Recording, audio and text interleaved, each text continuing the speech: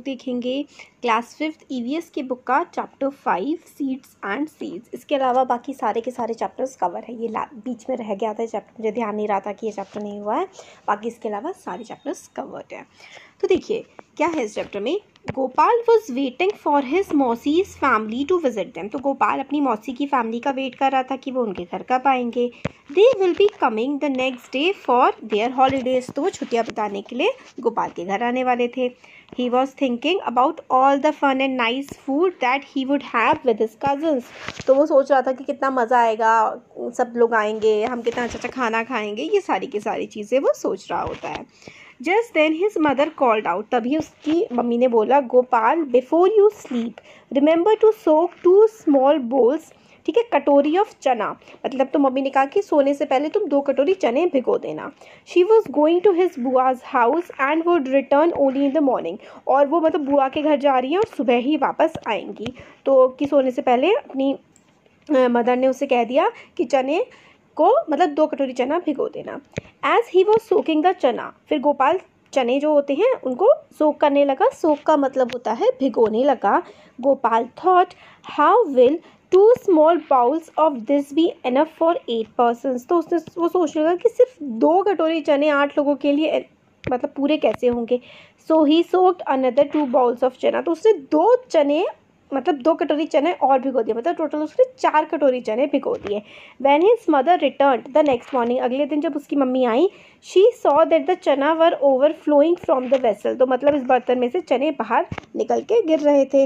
How much did you सोक। तो mother ने पूछा कि तुमने कितने भिगोए थे। आज his mother how did that happen wondered Gopal. मतलब अपनी मदर का आंसर करने से पहले ही वो सोचने लगा कि भाई मैंने इतने चने भिगोए थे, ये इतने सारे कैसे हो गए, ये नीचे कैसे गिर गए। फिर यू सोक्ड टू मच। तो मतलब मदर ने कहा कि तुमने कुछ ज़्यादा ही जो है भिगो दिए हैं। Anyway it is good now I will cook half of them. मतलब ठीक ही है, चलो मैं इसमें से आधे जो है मतलब कुक कर दूंगी, बना दूंगी सब्जी।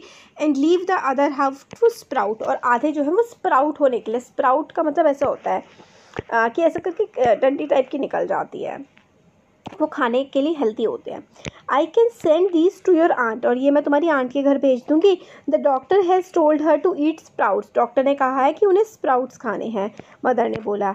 She tied half of the soaked chana in a wet cloth and hang them up to sprout. तो आधे चने की सब्जी तो उन्होंने बना ली और आधे चने उन्होंने कपड़े में बांध के ऊपर लटका दिए ताकि वो उसमें स्प्राउट वो हो सकें। तो डिस्कस की सारे क्वेश्चन आंसर्स हम लोग अगले वीडियो में जो क्वेश्चन आंसर्स वाली होगी उसमें कवर कर लेंगे, ठीक है। ये सब हम उसी में कवर करेंगे।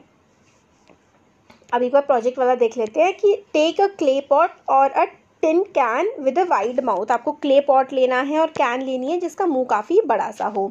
Make a small hole at the bottom of the can. Can के बॉटम में एक छोटा सा होल बना दीजिए। Fill your can with soil. और इस कैन को जो है मिट्टी से भर दीजिए।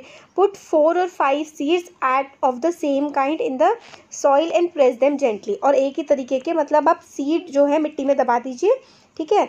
Different groups can plant different kind of seeds. तो बच्चे खूब सारे ग्रुप बनाए और अलग अलग प्लांट सीड वो कर सकते हैं, मतलब एक्टिविटी है पेड़ लगाने की। इसमें फिर क्या क्या हुआ आपके प्लांट के साथ, ये सारा का सारा फाइंड आउट करने का है। अब ये है plants witch hunt.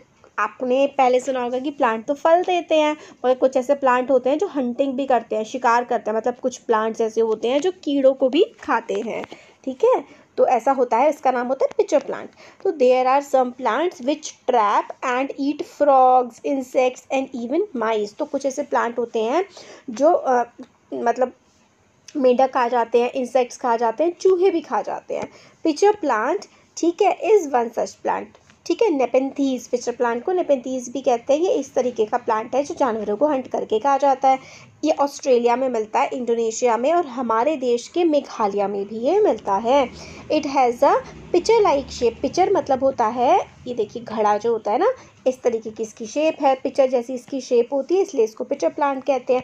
And the mouth is covered by leaf. मतलब ऐसे इसका मुंह जो है वो कवर होता है लीफ से। The plant has a special smell that attracts the insect to it, और प्लांट में ऐसी स्मेल होती है कि इंसेक्ट इसकी तरफ खिंचे आते हैं। When insect land on the mouth of the plant it gets trapped and can not get out. What a clever way to hunt. और फिर मतलब इसमें ऐसी खुशबू होती है कि प्लांट इसकी तरफ आ जाते हैं, प्लांट जैसे इस पे आकर के बैठते हैं, ये अपना मुंह बंद कर लेता है और प्लांट को खा जाता है। सो मैनी सीड्स, बहुत सारे सीड्स, ठीक है। ये देखिए ये होते हैं स्प्राउट्स, जो ऐसे करके ऊपर ये निकला हुआ होता है ना, ये देखिए ये स्प्राउट्स होते हैं, वाइट वाइट जो निकला होता है। So many seeds, how many type of seeds can you collect. आप लोग कितने तरीके के सीड्स कलेक्ट कर सकते हैं? बहुत सारे। कहाँ से कलेक्ट करेंगे? ईच ऑफ यू, आप सबको ट्राई करना है, अलग अलग टाइप के सीड कलेक्ट करने हैं। उसके बाद आफ्टर दैट पुट सारे के सारे सीड्स कलेक्ट करके एक साथ रख दीजिए। अब उनको ऑब्जर्व करिए अच्छे से कि उनकी शेप क्या है, उनका कलर क्या है, साइज़ क्या है, टेक्सचर मतलब स्मूथ हैं, रफ़ हैं, कैसे हैं, ठीक है। और एक चार्ट टाइप का आपको बनाना है। तो यही सब है उसमें लिस्ट वेस्ट बनाने की। अब आता है वेंडरिंग सीड्स, मतलब वेंडर का मतलब होता है घूमते हुए, जो इधर उधर घूमते रहते हैं। सीड्स होते हैं बीज। तो plants can not move around, plants एक जगह से, प्लांट्स तो हिलते नहीं। आपने कभी चलते हुए प्लांट्स देखे हैं? नहीं देखे होंगे, है ना। तो प्लांट्स नहीं चल सकते। वंस दे ग्रो, कार्टून्स में चलते होंगे शायद। Once they grow they remain in the same place, once एक बार जब वो उग जाते हैं तो वो उसी जगह पर रहते हैं। But their seeds are great travellers, मगर इनके जो सीड्स होते हैं इनके बीज खूब घूमते हैं। They can reach far and wide, खूब दूर दूर तक वो घूमते हैं। कैसे? फ्लाई करके, कई बार उड़ के चले जाते हैं, कई बार इंसेक्ट ले जाते हैं, कई बार पानी के साथ बह जाते हैं, कई बार मिट्टी में इधर उधर फैल जाते हैं। तो सीड्स जो है वो फैलते हैं ऐसे करके। देखिए सीड्स जा रहे हैं, ओके बाय राइटर लेटर ऐसे करके, ठीक है। फिर एनिमल्स भी लेकर के जाते हैं, और एनिमल अपनी फर की हेल्प से, क्लोथ की हेल्प से, कई तरीके से जो है लेकर के जाते हैं सीड्स। अब क्या है, This happened in 1948. One day, George Mestral come back from a walk with his dog. तो अपने डॉग के साथ जो है जॉर्ज वापस आए। He was amazed to find seeds sticking all over his clothes and on his dog's fur. उन्होंने देखा जो बीज हैं उनके पूरे कपड़ों पे हैं, उनके डॉग की फर पे भी हैं। He wondered what made them stick. वो किसकी वजह से कैसे चिपक गए उनके ऊपर। So he observed these seeds under a microscope. तो उन्होंने इन सीड्स को माइक्रोस्कोप के अंदर देखा।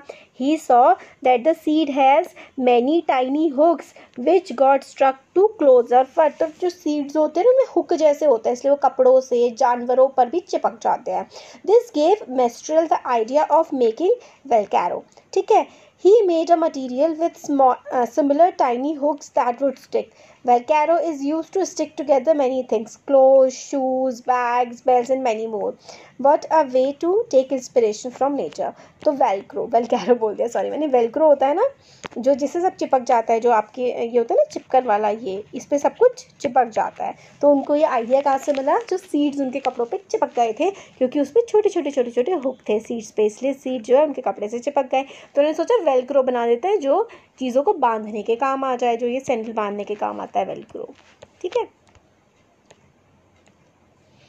अब कैसे कैसे ट्रैवल करते हैं, चिड़िया अपने मुंह में ले जाती है, कहीं पर गिर जाता है, फिर ये अपने सीड गिरा देते हैं हवा से, पानी से, अलग अलग चीज़ों से, अलग अलग बहुत बहुत दूर जो है प्लांट्स ट्रैवल कर पाते हैं।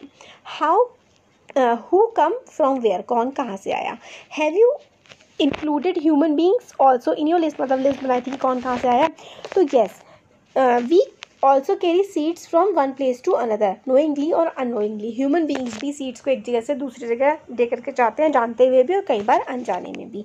We bring the seeds of plants that we find beautiful और useful to grow them in our garden. हम लोग जो हमें सुंदर लगते हैं अलग अलग जगह से प्लांट्स ले आते हैं अपने गार्डन में लगाने के लिए। Later the seeds of these plants spread to other places, और वहीं से उड़ जाते हैं, हमारे कहीं दूर से लेकर के आते हैं और फिर उस इलाके में वो वाले सीड्स फैल जाते हैं। लेटर, ठीक है, many years later people way not even remember that these plants did not grow here earlier. कुछ सालों बाद लोगों को याद ही नहीं रहता कि ये प्लांट्स पहले यहाँ नहीं होते थे, कहीं बाहर से आए हैं। They were brought from somewhere else. Do you know from where chilies come to our country? मिर्ची हमारी कहाँ से आई हैं? They were brought to India by the traders coming from South America. तो मिर्ची साउथ अमेरिका से आई है और आजकल तो हम मिर्ची खूब खाते हैं। तो यही हमें बताया गया लास्ट में कि पोटैटो जो है ना साउथ अमेरिका से आया है कई साल पहले। टोमेटो, पोटैटो, ग्रीन चिली, तो टोमेटो, पोटैटो, ग्रीन चिली कहाँ से आई है?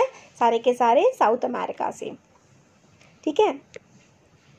कैबेज जो होती है वो यूरोप से आई है। और पी मटर हो गई और कैबेज, ठीक है, मटर और कैबेज कहाँ से आई है, यूरोप से आई है। कॉफ़ी जो है वो अफ्रीका से आई है। और भिंडी और कॉफ़ी अफ्रीका से आई है। और उन्होंने लैंड को क्रॉस किया, सी को क्रॉस किया, ठीक है। क्या ये आप जानते हैं? अब मैंगो कहता है come in an orange smiled inside its skin welcome to India. A banana said the methi and spinach brinjal and radish nodded its head. तो ये सब कहाँ से? ऑरेंज हो गया, ठीक है, ऑरेंज, मैंगो, बनाना हो गया, मेथी और ये हमारा ब्रिंजल बैंगन और मूली, ये सारे के सारे इंडिया में ही होते हैं, ठीक है। Did you know this? क्या आपको पता है ये सारी चीज़ें इंडिया में पहले से होती थी और ये वाली सारी चीज़ें जो हैं ये सारी की सारी बाहर से आई हैं। बाहर से क्या क्या आया है? बाहर से tomato, potato, chilli, cabbage, pea, coffee, भिंडी और चाय भी, वो भी हमारे देश में नहीं होती थी जो कितना ज़्यादा आप लोग पीते हैं, ठीक है।